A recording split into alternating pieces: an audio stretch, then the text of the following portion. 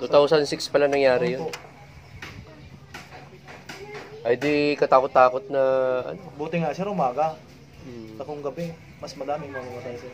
Matagal bago na ayos ulit. Ano? Taon kami dito sir, bago naka-recover. Ang nyug dito, wala kang makikitang may bunga. Sa pag ano sir, taon, parang kagaya sir ng Salite. Si Arroyo pa, presidente. Oo, si Arroyo pa sir. Yung ibang tulay dito, nasira, naputol. Pero tinulungan naman kayo ng gobyerno. Tinulungan naman sir. Pero ano talaga, may sariling sikap na.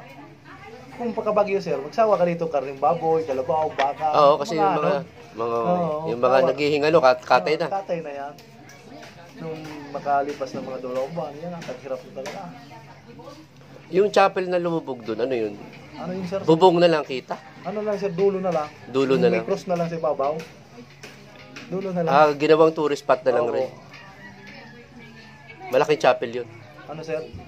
Chapel ng barangay, simbahan ng barangay sir. Catholic rin. Catholic din. Grabe pala dito. Yun lang pala pag may bagyo, no? Delikado. Sa Ginubatan baga sir, nung nakaraan, yung quarry day. Ito sir, yan sa likod natin dyan, no? Palayan yan. Nung pagbagyong rolling naman, tinabunan ulit yan. Tinabunan ulit. Lahar pa rin. Oo. Di sir, buhangin. Pile ng mga quarry. Doon kasi galing sa baba. Sa taas. Sa taas. Oo, dyan sa taas mismo sir. Yan ang mga galing yan sir, kila quarry yan.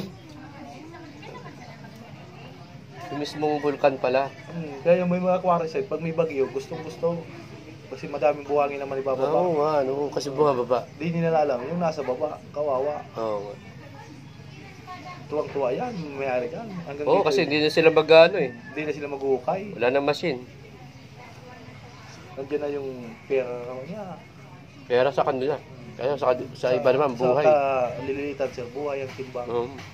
Kaya dito, pag may bagyo, malis ka na dito. Pag nandito na dito. Pagyuhin pa man din ng Bicol. Daanan to sir, daanan. Pero sa, nambuhay ako sa 1996.